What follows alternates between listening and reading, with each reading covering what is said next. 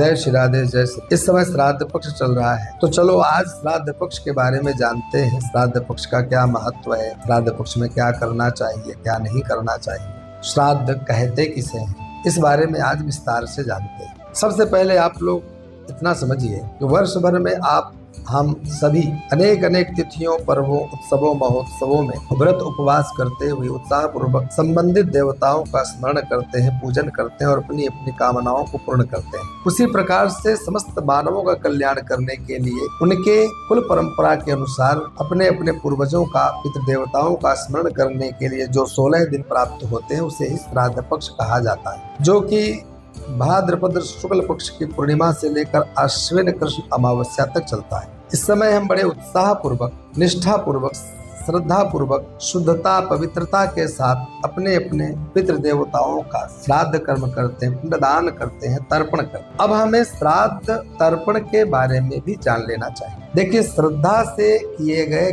कर्म को श्राद्ध कहते हैं और जिस कर्म से माता पिता, अपने पूर्वज, आचार्य तृप्त हो उसे तर्पण कहा जाता है। वेदों में श्राद्ध को पितृयज्ञ के रूप में भी जाना जाता है। यह श्राद्ध तर्पण हमारे पूर्वजों, माता पिता और आचार्य के प्रति एक सम्मान का प्रतीक ही होता है। वेदों के अनुसार देखिए, यज्ञ जो है ना 5 प्रकार के माने जाते हैं। एक ब्रह्म यज्ञ, दूसरा देव यज्ञ, तीसरा पितृयज्ञ, चतुर्थ वैश्वदेव यज्ञ और 5वां अतिथि यज्ञ। इन 5 यज्ञों में 4 यज्ञों को तो आप समझ गए होंगे कि ब्रह्म यज्ञ, जिसमें हम नित्य नैमित्तिक अपना संध्योपासन, गायत्री जप, यहाँ तक कि बलि, वैश्वदेव इत्यादि का कार्य करते, उसे ब्रह्म यज्ञ कहा जाता है। अनेक देवताओं को कामनानुसार जब हम यज्ञ करते हैं उसे देव यज्ञ कहा जाता है। श्रद्धा पूर्वक श्राद्ध कर्म, पिंडदान, तर्पण इत्यादि करने की क्रिया को पितृयज्ञ कहा जाता है और अपने उन्हीं देवताओं, पितरों को सबको संतुष्ट करने वाले जब हम बलि, वैश्वदेव इत्यादि, नांदी श्राद्ध इत्यादि का कार्य करते उसे वैश्वदेव यज्ञ कहा जाता है। और घर में आने वाले अतिथि का जब हम सत्कार करते, उसकी सेवा शुश्रूषा करते, उससे वह प्रसन्न होता है, उसे हम अतिथि यज्ञ कहते हैं। 5 यज्ञों को पुराणों और अन्य ग्रंथों में भी विस्तार से बताया गया है। इन 5 यज्ञों में से ही एक यज्ञ है पितृयज्ञ। इसको पुराणों में श्राद्ध कर्म के नाम से जाना जाता है। सबसे पहले श्राद्ध के बारे में जान लेना चाहिए कि श्राद्ध कहते किसे हैं। श्रद्धया दीयते यस्मात् तच्छ्राद्धम। श्रद्धा से दिए गए दान को ही हम श्राद्ध कहते हैं। उसमें आवश्यकता होती है श्रद्धा की, निष्ठा की, भाव की। आपके हृदय में अश्रद्धा हो, अश्रद्धा पूर्वक जब आप पितरों का ध्यान करोगे, उनका तर्पण करोगे, तो वह उसे स्वीकार नहीं करते।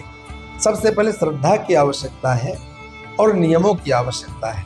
श्रद्धा आप बना सकते हैं, लेकिन नियमों में, जैसे समय, कभी भी हम पिंडदान, कभी भी हम तर्पण करने लग जाएं, वह नहीं। पितृयज्ञ या श्राद्ध कर्म करने के लिए आश्विन माह का महीना, उसमें भी कृष्ण पक्ष ही नियुक्त किया गया है। सूर्य के कन्या राशि में रहते समय आश्विन कृष्ण पक्ष ही पितर पक्ष कहलाता है। जो इस पक्ष तथा देह त्याग की तिथि पर अपने पितरों का श्राद्ध करता है, उस श्राद्ध से ही पितृ देवता तृप्त होते हैं। कन्या राशि में सूर्य के रहने पर भी जब श्राद्ध नहीं होता है तो पितृ देवता तुला राशि के सूर्य तक पूरे कार्तिक मास में श्राद्ध की प्रतीक्षा करते हैं और तब भी जब वह उसके कुल परंपरा के अनुसार उसे श्राद्ध कर्म, तर्पण इत्यादि प्राप्त नहीं होता, तो सूर्य के वृश्चिक राशि में जाने पर पितृदेवता निराश होकर अपने अपने स्थान को लौट जाते हैं। इसलिए हमें समय का, तिथि का और हमें एक निश्चित काल का हमेशा निर्धारण कर लेना चाहिए कि इस श्राद्ध पक्ष में हम ठीक दोपहर के समय 12:30 बजे के मध्याह्न काल में ही तर्पण इत्यादि का कार्य करना है। देखिए, श्राद्ध कर्म के प्रमुख जो प्रकार हैं मैं वह आप लोगों को बता दूं। नित्य नैमित्तिक, काम्य, वृद्धि, पार्वण, सपिंडन, गोष्ठ, शुद्धि, कर्मांग, दैविक, यात्रा और पुष्टि, यह श्राद्ध कर्म के 12 प्रकार होते हैं। तर्पण कर्म के भी 6 प्रकार होते हैं, जिसमें देव तर्पण, ऋषि तर्पण, दिव्य मानव तर्पण, दिव्य पितृतर्पण, यम तर्पण, मनुष्य पितृतर्पण इत्यादि होता है। कुछ लोग कहते हैं कि अरे क्या करना है इस पिंडदान करके, क्या करना है तर्पण करके। तो उन लोगों को यह समझ लेना चाहिए कि किसी के पिताजी या किसी की माताजी दिवंगत हो जाए तो केवल उनके लिए ही हम श्राद्ध कर्म करें, पिंडदान तर्पण करें, यह नहीं।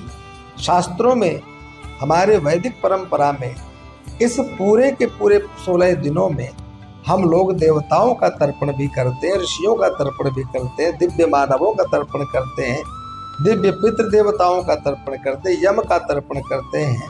और जो हमारे दिवंगत व्यक्ति हैं, पूर्वज हैं, उनके लिए तो तर्पण करते ही हैं। इसलिए हमें इस श्राद्ध पक्ष के बारे में किसी भी प्रकार का मन में प्रश्न चिन्ह नहीं लगाना चाहिए, प्रश्न नहीं खड़ा करना चाहिए। श्राद्ध पक्ष के बारे में जो नियम है, उन नियमों के अनुसार ही चलने का प्रयास करना चाहिए। श्राद्ध पक्ष में व्यसन, मांसाहार पूरी तरह से वर्जित माना गया है। पूर्णतः पवित्र रह करके ही श्राद्ध किया जाना चाहिए। श्राद्ध पक्ष में सभी शुभ कार्य वर्जित होते हैं। जितने काम्य कर्म होते हैं, जिसमें हम लोग वैवाहिक कर्म करते हैं, मंगल कृत्य करते हैं, और सबको इस पक्ष में वर्जित किया जाता है। इसमें पूरी निष्ठा के साथ इन 16 दिनों में केवल अपने पूर्वजों का ही स्मरण करना पड़ता है। कभी भी रात्रि में श्राद्ध नहीं किया जाता है। श्राद्ध का समय दोपहर 12:30 बजे से 1 बजे के बीच ही उपयुक्त माना गया है। कौओं, कुत्तों और गौ माताओं के लिए अन्न का अंश भी निकाला जाता है, क्योंकि ये सभी जीव पवित्र जीव कहलाते हैं, सब यमराज के समीप में रहने वाले होते हैं। ये ध्यान रखने वाली बात है। देखिए, जो अर्यमा है ना, जो पितृ देवताओं के पूर्वज कहे जाते हैं, पितृ देवताओं के अधिपति कहे जाते हैं, उनका वाहन है कौआ। और यमराज जो मृत्यु के देवता माने जाते हैं, जिनके लोक में ही जाकर पितृ देवता निवास करते हैं, जो अधिपति माने जाते हैं, उनके सदा संग रहने वाला, साक्षी के रूप में रहने वाला यह कुत्ता होता है। और गौ माता, जिसके अंदर संपूर्ण देवता निवास करते हैं, उनके विषय में तो कहना ही क्या है। अब अर्यमा कौन है, अर्यमा के बारे में भी जान लेना चाहिए। जिस प्रकार से स्वर्ग के अधिपति इंद्र हैं, आदित्य लोक के अधिपति सूर्य हैं, वरुण लोक के अधिपति वरुण हैं, उसी प्रकार अनेक लोकों के अनेक देवता अधिपति के रूप में है। उसी प्रकार से ही हमारे पितृलोक के देवता अर्यमा माने जाते हैं, वहाँ के राजा अर्यमा माने जाते हैं। उन्हीं के आदेश से ही इन 16 दिनों में संपूर्ण पितृदेव अपने अपने कुल परंपरा के अनुसार अपने अपने घरों में अदृश्य रूप से उपस्थित होते हैं। कौओं के रूप में, कुत्ते के रूप में और गौ माताओं के रूप में प्राप्त होने वाले द्रव्यों को ग्रहण करते हैं। इसलिए हमें श्रद्धा पूर्वक इस कार्य को करना चाहिए। वेदों के अनुसार इस कार्य से पितृ ऋण से मुक्ति मिलती है, यह ध्यान रखना है। पुराणों के अनुसार श्रद्धा युक्त होकर श्राद्ध कर्म करने से पितृ देवता तृप्त होते हैं। पितृ देवता ही नहीं, अपितु ब्रह्मा, इंद्र, रुद्र, दोनों अश्विनी कुमार, सूर्य, अग्नि, अष्टवसु, वायु, विश्व देव, ऋषि, मनुष्य, पशु, पक्षी और जितने भी ऐसे जीव होते हैं जिन्हें सरीसृप आदि बोलते हैं, वह सभी भूत प्राणी भी तृप्त होते हैं। संतुष्ट होकर पितृ देवता मनुष्यों के लिए आयु, पुत्र, यश, स्वर्ग, कीर्ति, पुष्टि, बल, वैभव, पशु, सुख, धन और अनेक प्रकार की सामग्रियां भी प्रदान करते हैं। व्यक्ति जब देह छोड़ता है तो जागृत, स्वप्न, सुषुप्ति की स्थिति के अनुसार 3 दिन के भीतर ही वह पितृलोक को चला जाता है। इसीलिए तीसरा जो आप लोग मनाते हैं ना, जिसे आप लोग उठावना मनाते हैं, कहीं चौथे दिन मनाते हैं, लेकिन इसे तीज के रूप में, तीसरे के रूप में मनाया जाता है। कुछ आत्माएं, कुछ जीवात्माएं 13 दिन में पितृलोक चली जाती हैं, इसलिए त्रयोदशाह कर्म किया जाता है। और कुछ सवा माह अर्थात 37वें या 40वें दिन में जाते हैं। फिर 1 वर्ष पश्चात तर्पण किया जाता है।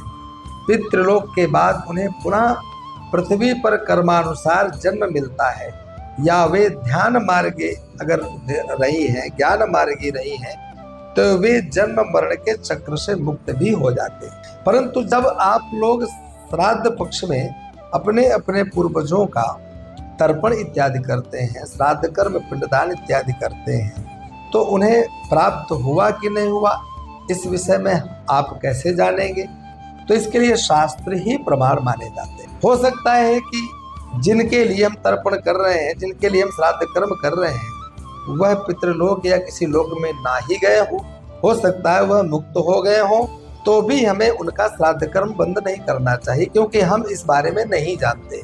इसी प्रकार से हो सकता है कोई किसी लोक में ना हो, तत्क्षण ही उसे कोई स्वरूप, कोई शरीर प्राप्त हो गया हो, तो भी शास्त्र प्रमाण है कि अगर वह किसी भी रूप को प्राप्त किया हुआ है, आप यहाँ पर जो श्राद्ध कर्म में पिंडदान इत्यादि करेंगे, वह उसे उसी रूप में प्राप्त होता है। वह कुत्ते के रूप में हो, गधे के रूप में हो, सियार के रूप में हो, सिंह के रूप में हो, या किसी पशु पक्षी के रूप में ही क्यों ना हो, आपके द्वारा उसके निमित्त जो श्राद्ध कर्म में पिंडदान इत्यादि किया जा रहा है, जो तिलोदक दिया जा रहा है, जो जल दिया जा रहा है, वह उसे प्राप्त हो रहा है, वह तृप्त हो रहा है। इस विषय में अनेक अनेक चरित्र हैं। एक दिन मैंने महापुरुष का एक दृष्टांत सुना।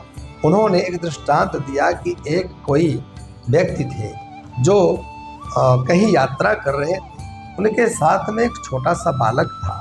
उसको लेकर के वह जा रहे थे, ट्रेन में थे, ट्रेन में बैठे हुए, चलते चलते चलते चलते सुबह लगभग 10 बज गया।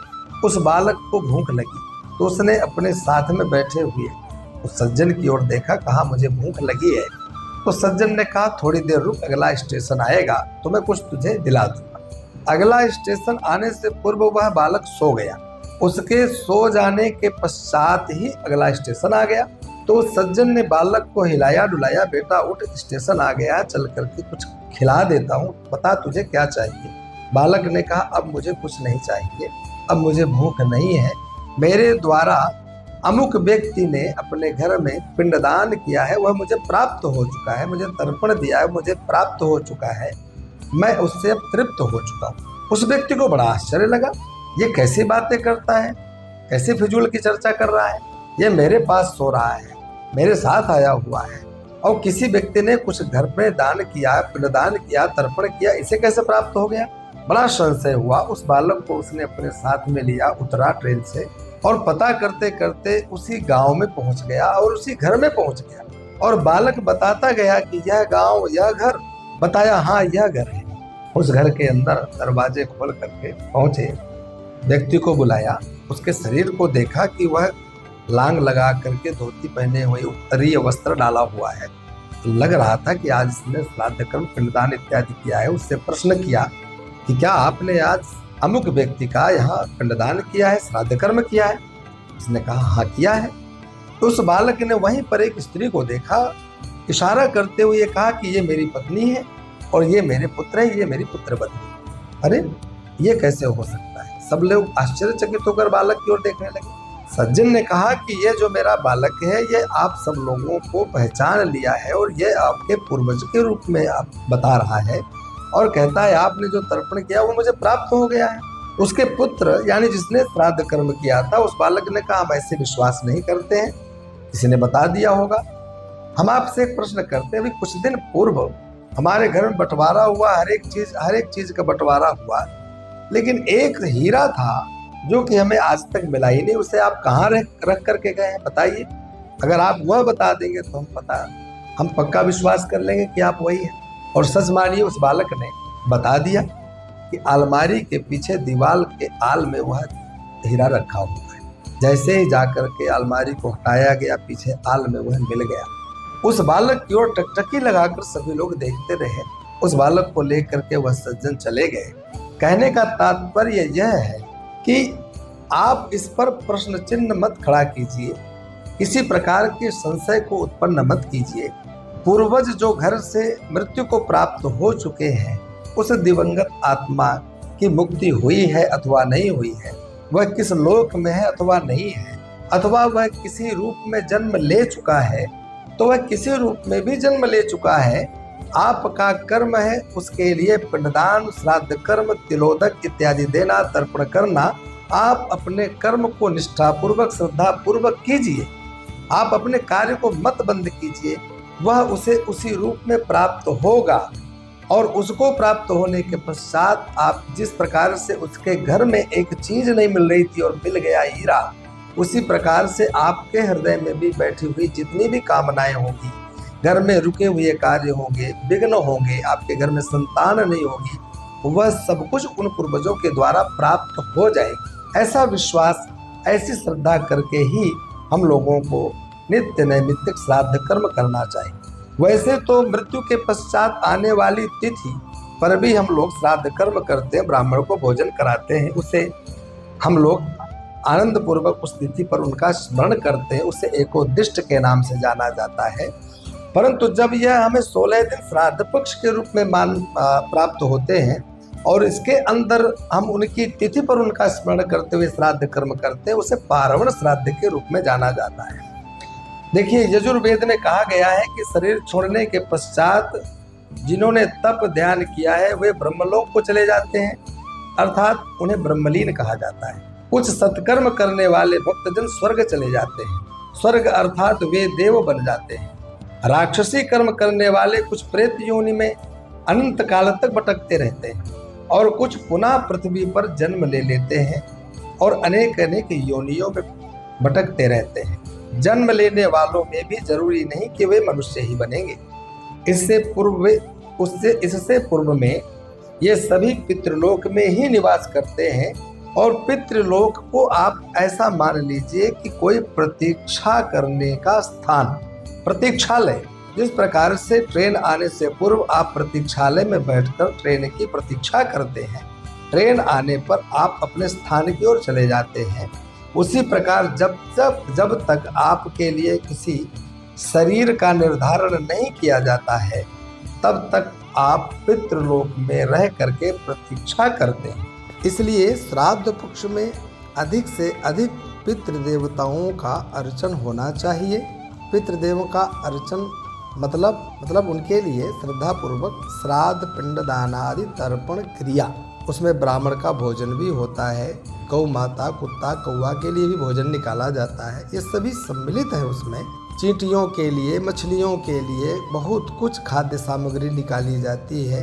इस श्राद्ध पक्ष में 16 दिनों में हमें अधिक से अधिक जीवों का पेट भरना है, उन्हें संतुष्ट करना है। जैसा पूर्व में मैंने बताया कि गए अथवा आज वर्तमान में उपस्थित उन सभी के लिए आज जो कुछ आप दे रहे हैं वो सब कुछ प्राप्त हो रहा है। इस विषय पे मैंने बहुत सुंदर दृष्टांत आप लोगों को दिया भी हूँ। इस विषय को भी हमें हमेशा ध्यान रखना चाहिए कि उस श्राद्ध पक्ष के अंतर्गत कोई पाप ना बन जाए, कोई आपसे दोष ना बन जाए। अधिक से अधिक जीवों का भला आपके द्वारा होना चाहिए। केवल अपने पूर्वजों में मृतक आत्माओं की शुद्धि के लिए, उनकी मुक्ति के लिए ही कल्याण कामना से श्राद्ध नहीं करना है, अपितु आप पशुओं का, पक्षियों का, किसी भी जीव का भी इस समय कर सकते हैं और सबके लिए करना आवश्यक होता है। देवता, सिद्ध, गंधर्व, यक्ष, किन्नर, पशु, पक्षी, कीट, पतंगा, आपका पड़ोसी, आपके घर का, आपका कोई नाते रिश्तेदार, सबके लिए, सबका मन में विचार करके आप श्राद्ध कर सकते हैं, तर्पण कर सकते हैं, वह सब उनको प्राप्त होता है। ज्ञाता ज्ञात ऐसे पितर होते हैं जिन्हें आप नहीं जानते तो वह जानते, सबको आपके द्वारा किया गया जो भी श्राद्ध कर्म में दिया गया पदार्थ है वह प्राप्त होता है। भगवान श्री राम के द्वारा जटायु के घायल अवस्था में जब उनको अपने गोद में लिए और उनके प्राण निकल गए तो उनकी मुक्ति में कोई संशय नहीं रह जाता है। उन्हीं भगवान से हम प्रार्थना करके हमेशा मुक्ति की कामना करते हैं। उन्हीं परमात्मा की गोद में जिस जटायु की मृत्यु हुई हो उनके मुक्ति में किसी भी प्रकार के कोई संशय नहीं रहना चाहिए। फिर भी चूँकि भगवान मानवीय लीला करने के लिए उत्पन्न हुए थे, कालांतर में जटायु का भगवान श्री राम ने स्वयं अपने हाथों से उनके लिए बहुत बढ़िया क्रियाएं की जिन्हें हम तर्पण इत्यादि की क्रिया जानते। गोस्वामी तुलसीदास जी महाराज लिखते हैं, अविरल भगति मागवर गीध गयऊ हरिधाम, तेहि कर क्रिया यथोचित निज कर कीन्ही राम। निज कर कीन्ही राम, अपने हाथों से भगवान श्री राम ने गिद्धराज जटायु के अंतिम क्रियाओं को किया और ये अंतिम क्रियाओं में पिंडदान, श्राद्ध, तर्पण इत्यादि भी आता है। अब उनके द्वारा एक पक्षी का भी किया गया कि नहीं किया गया। तो जब आप किसी भी प्रकार का श्राद्ध पिंडदान करते हैं तो जीव मात्र का ध्यान करते हुए भी करते हैं, वह भी उसको भी गति उसकी सुनिश्चित हो जाती है। उसके लिए जो अगर कोई स्थान अभी तक सुनिश्चित नहीं किया गया, वह योनि उसके लिए सुनिश्चित हो जाती है। आपके घर में पड़ोस में कोई व्यक्ति था जो मृत्यु को प्राप्त कर गया, उसके कोई है ही नहीं जल देने वाला, आप उसका भी ध्यान करके आप उसका श्राद्ध पिंडदान आदि कर सकते हैं। ये हमारी अमूल्य धरोहर है, बहुमूल्य धरोहर है, जिसे हम छोड़ते चले जा रहे हैं। हम सब कुछ कर रहे हैं, अनेक अनेक यज्ञ याग आदि कर्म कर रहे हैं, कथाओं का भी आयोजन करा रहे हैं, लेकिन जो हमारे समस्त हिंदुओं का सनातन परंपरा का सर्वोपरि कार्य था, जिसे हम श्राद्ध पिंडदान आदि की क्रिया कहते हैं, उसको हम छोड़ते चले जा रहे हैं। हमारे पुत्रों में इस कार्य के प्रति कोई निष्ठा नहीं रह चुकी है।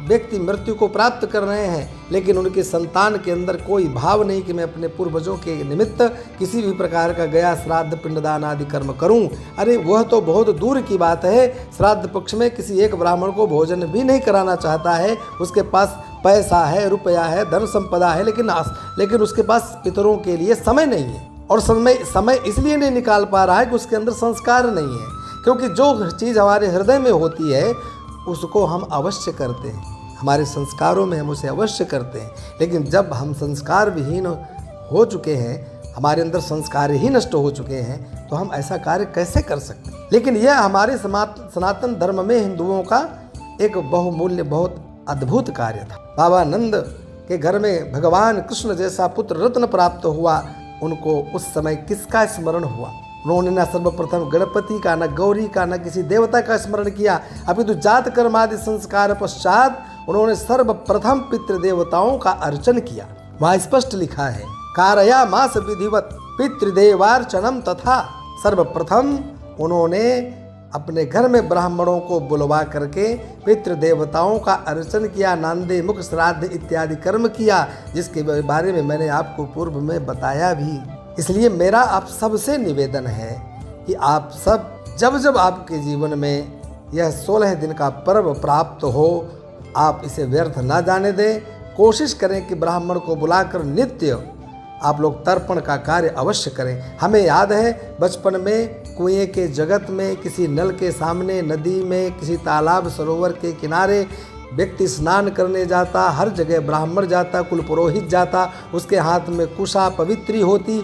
10 यजमान हैं, 20 हैं, सबको पवित्री पहनाकर, सबके हाथ में कुशा देकर, सबके हाथ में तिल और तंडुल देकर नित्य तर्पण का कार्य दोपहर में मध्याह्न काल में कराया करता था। आज वह परंपरा विलुप्त होती जा रही है। अरे स्वयं ब्राह्मण ही वह कार्य करते हुए नहीं दिखाई दे रहे हैं। केवल श्राद्ध पक्ष में इधर भोजन, उधर भंडारा, उधर भंडारा, इधर भोजन, बस यही कार्य करते दिखाई दे रहे हैं। तो वह दूसरों का कल्याण कैसे कर सकते हैं? ये देखिए, ब्राह्मण इस समस्त सृष्टि में भगवान का मुख कहा गया है। मुख माने वेद, वेद को पढ़ने का, सुनने का सबका अधिकारी है, और उस वेद के माध्यम से ही जगत का कल्याण करने में वह ब्राह्मण सक्षम होता है। और जब वैदिक कार्य रीति रिवाज को वह भूल जाएगा तो अन्य वर्णों को हम संभाल लेंगे, यह कदापि नहीं हो सकता है। इसलिए सबसे पहले यदि संसार में सही मार्ग में, सन्मार्ग में किसी को चलना है तो उसको अपने वाणी को, अपने मुख को, अपने रसना को, इन सब पर नियंत्रण करना होगा। हम ब्राह्मण अगर सही तरीके से कर्मकांड पर अपने ध्यान देते हुए अपना नित्य नैमित्तिक कर्म स्वयं करने लग जाएंगे, हम बलि वैश्वदेव संध्या गायत्री का जप नित्य करने लग जाएंगे, तो हमारे द्वारा किया गया सतत अनुष्ठान जजमान के कल्याण करने में परम सहायक होगा। हमें आवश्यकता है वर्तमान में स्वयं पर विचार करने की, और इसी पर विचार करते हुए समाज को एक नई दिशा देने की। जो संस्कार विलुप्त होते जा रहे हैं उन सबको जागृत करने की, ताकि हमारे पूर्वज भी उद्धृत हो सके, उनका उद्धार हो सके, वह भगवत शरणागति प्राप्त कर सके, वह मुक्त हो सके।